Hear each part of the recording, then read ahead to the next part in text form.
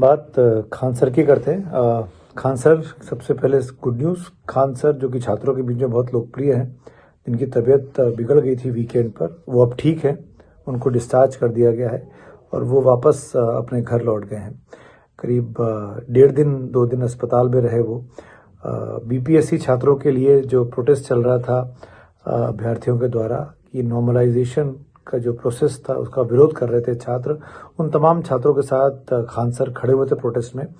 करीब 7-8 घंटे वो फील्ड में रहे। वहाँ उन्होंने छात्रों के साथ बातचीत की और उस वजह से उनकी तबीयत बिगड़ गई थी। और ये खबर भी आई थी कि बिहार पुलिस ने उनको पटना में इस प्रोटेस्ट के दौरान गिरफ्तार कर लिया, लेकिन बाद में पुलिस ने क्लैरिफाई किया कि गिरफ्तार नहीं किया गया है।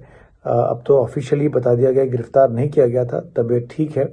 और खान सर जो हम सब के बड़े प्रिय रहे हैं, तमाम छात्रों के खासतौर पर, वो अब सुरक्षित अपने घर पहुंच चुके हैं। लेकिन खान सर अपने आप में एक फिनोमिना है। बीते 4-5 सालों में उनकी जो राइज है वो काबिल तारीफ है। कोविड काल में खान ग्लोबल स्टडीज़ के नाम से जो यूट्यूब चैनल था, जिसपे फैज़ल खान जिनका नाम है, वो पढ़ाते हैं इनफैक्ट आज भी। तैयारी कराते हैं छात्रों की, अभ्यर्थियों की, खासकर यूपीएससी को लेकर, बीपीएससी को लेकर, झारखंड तमाम पब्लिक सर्विस कमीशन परीक्षाओं को लेकर।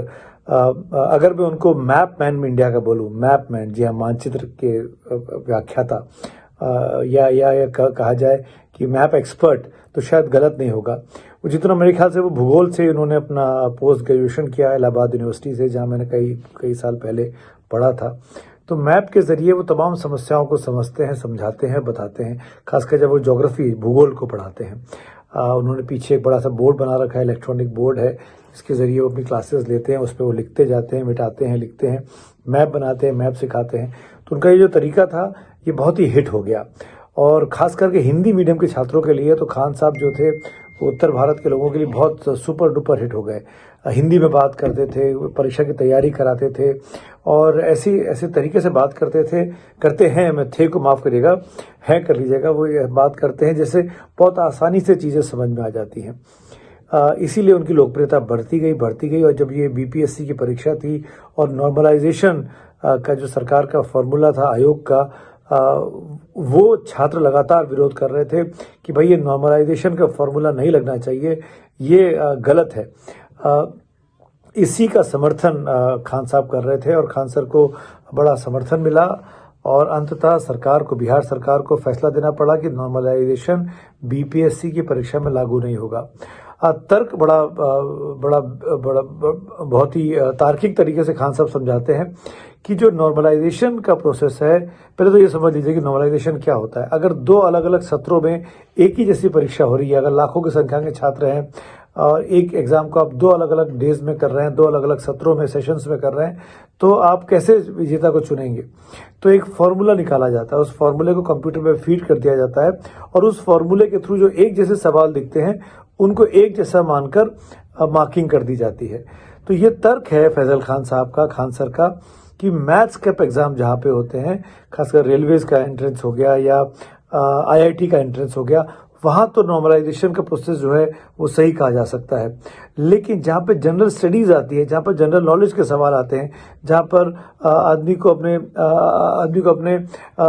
भूगोल के, सामान्य ज्ञान का इस्तेमाल करना पड़ता है, उन जगहों पर नॉर्मलाइजेशन का फॉर्मूला जो कंप्यूटर में लगाया जाता है वो फिट नहीं बैठता है।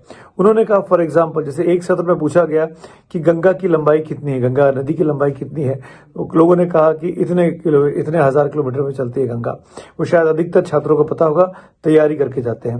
लेकिन दूसरे एग्जाम में उन्होंने किसी और देश की किसी बड़ी नदी का नाम ले लिया, किसी छोटे देश की बड़ी नदी का नाम ले लिया और कहा कि उसकी लंबाई कितनी बताइए। तो कंप्यूटर दोनों सवालों को एक इक्वेट करेगा और ऐसे में जिसको गंगा का जवाब दे दिए होंगे उनके तो आसान हो गया, लेकिन जिनको दूसरे नदी का नाम नहीं पता है उनके लिए मुश्किल हो गया। तो यही तर्क था खान साहब का और इसी तर्क के बेसिस पर ऐसे तमाम एग्जाम्पल वो अपने वीडियोस में देते रहे हैं कि नॉर्मलाइजेशन जीएस जहां पर आता है, जहां पर जनरल स्टडीज, सामान्य ज्ञान के सवाल आते हैं, वहां ये फॉर्मूला नहीं लग सकता और इसका विरोध होना चाहिए। अंततः खान सर के साथ छात्र छात्रों की बात को खान सर की बात और छात्रों की बात को माना और अंततः बीपीएससी की परीक्षा का जो विरोध, नॉर्मलाइजेशन का विरोध जो छात्र कर रहे थे, उसको सरकार ने वापस लेने का ऐलान कर दिया।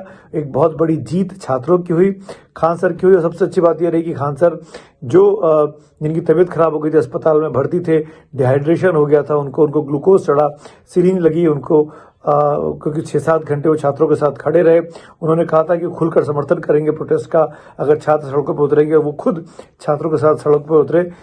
इसका दबाव सरकार पर पड़ा, क्योंकि आज की तारीख में जिस तरीके से हर प्लेटफॉर्म पर, यूट्यूब हो, इंस्टाग्राम हो, फेसबुक हो, जितने भी सोशल मीडिया प्लेटफॉर्म्स हैं, हर जगह लाखों करोड़ों के लोग जो हैं वो खान सर की वीडियोस को देखते हैं, उनकी बातों को सुनते हैं और उनको पसंद करते हैं। तो उनकी बातों को मानते हुए सरकार को ये मानना पड़ा और अंततः नॉर्मलाइजेशन की जो बात की गई थी आयोग के द्वारा, परीक्षा आयोग के द्वारा, उसको वापस लेने का ऐलान किया गया। और अब खान सर भी सुरक्षित, साफ सुथरे प्रभात अस्पताल से डिस्चार्ज कर दिया गया है और वो भी आज घर पहुंच गए हैं।